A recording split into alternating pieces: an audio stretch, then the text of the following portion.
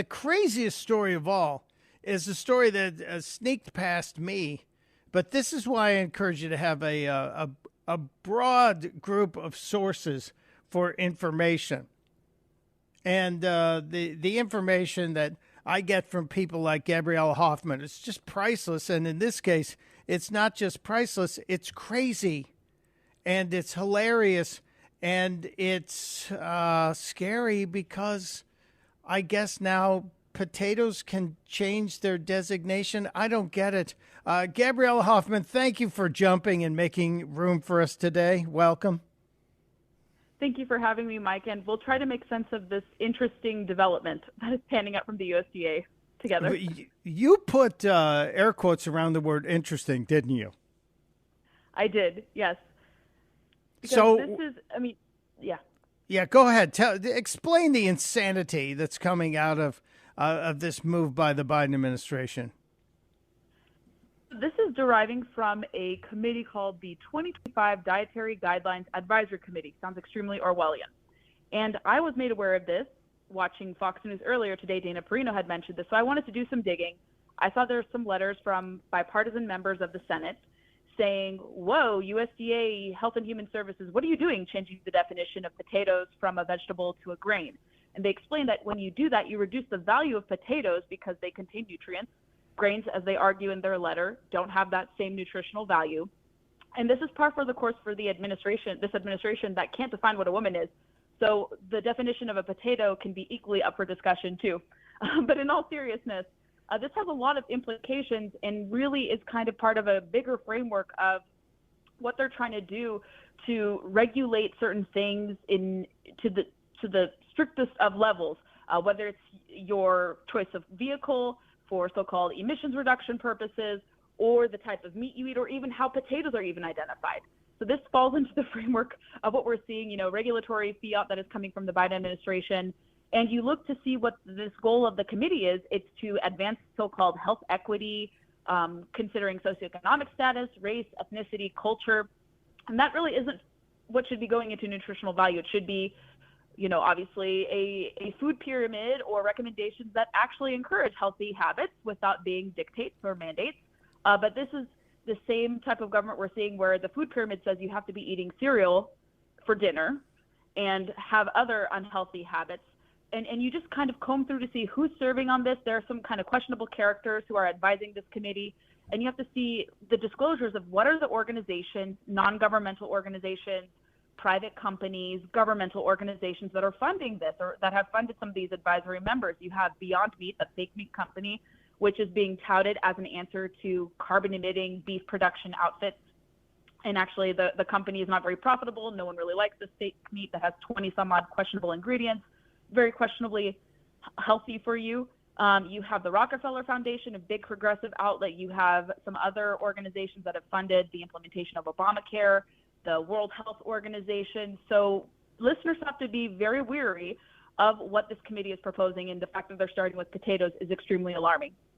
Well, the minute you say that this is all part of health equity, I'm just wondering, what does changing the identity of a potato from a vegetable to a grain have to do with it? How does that make anyone's health more equitable?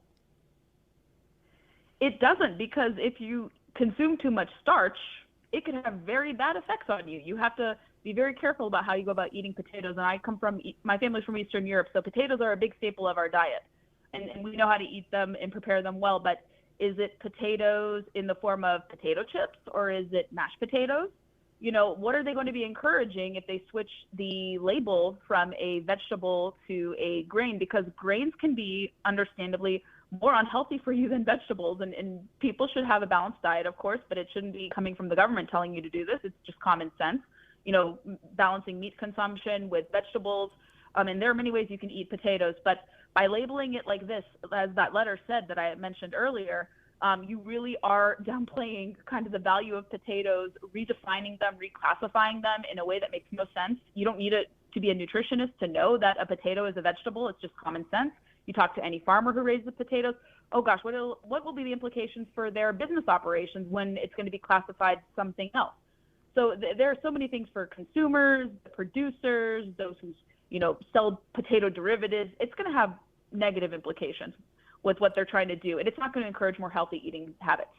Are you tracking any of the potential monetary benefits that any of these groups will receive for potatoes being reclassified as a grain as opposed to a vegetable?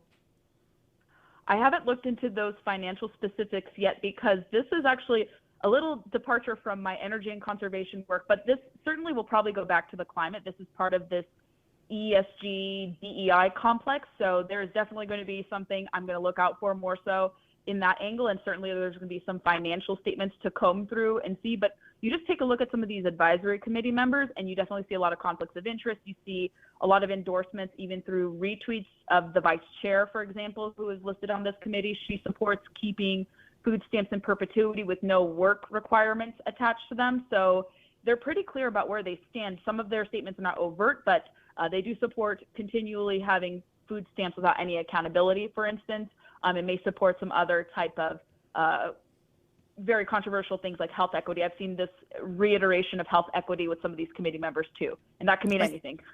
I think anyone who throws equity into any of their arguments needs to be hit with a water balloon, not necessarily like a frozen water balloon, just a water pistol shot. We need to water these people down. It's just, I'm not advocating violence. It's comedy, people.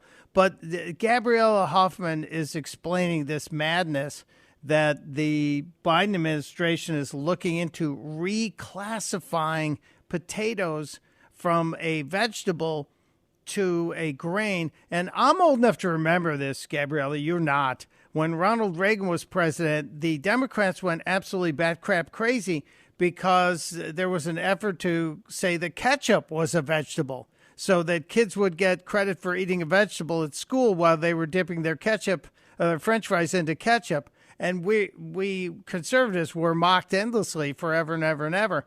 I don't know how the administration doesn't get mocked for this as opposed to the way we were treated. And quick question. Are sweet potatoes covered by the same thing? And who decides which potatoes will get a pass? It probably depends on what potato lobby is going to be, currying favor with the administration. Because Big Potato is involved in this. Actually, one potato council has said this is actually going to be very bad. The National Potato Council spoke out against this in fall of last year. So not every potato lobby is on board with this, but I think a lot of them will start to come out against this because it'll just have implications for their industry. Yeah, we got to find out what the people of Idaho think about this because they are the famous potato state. And are we going to now, when you sing of amber waves of grain, that's going to include amber waves of potatoes, and they grow in the dirt. They don't grow like grain. Oh, this is craziness. Gabriella Hoffman, you do such great work at the International Women's Forum, and you truly are a gem, and I appreciate you being here on a Friday at the last minute. Everybody, follow Gabby Hoffman on Twitter X. She's doing great stuff. Thank you, my friend.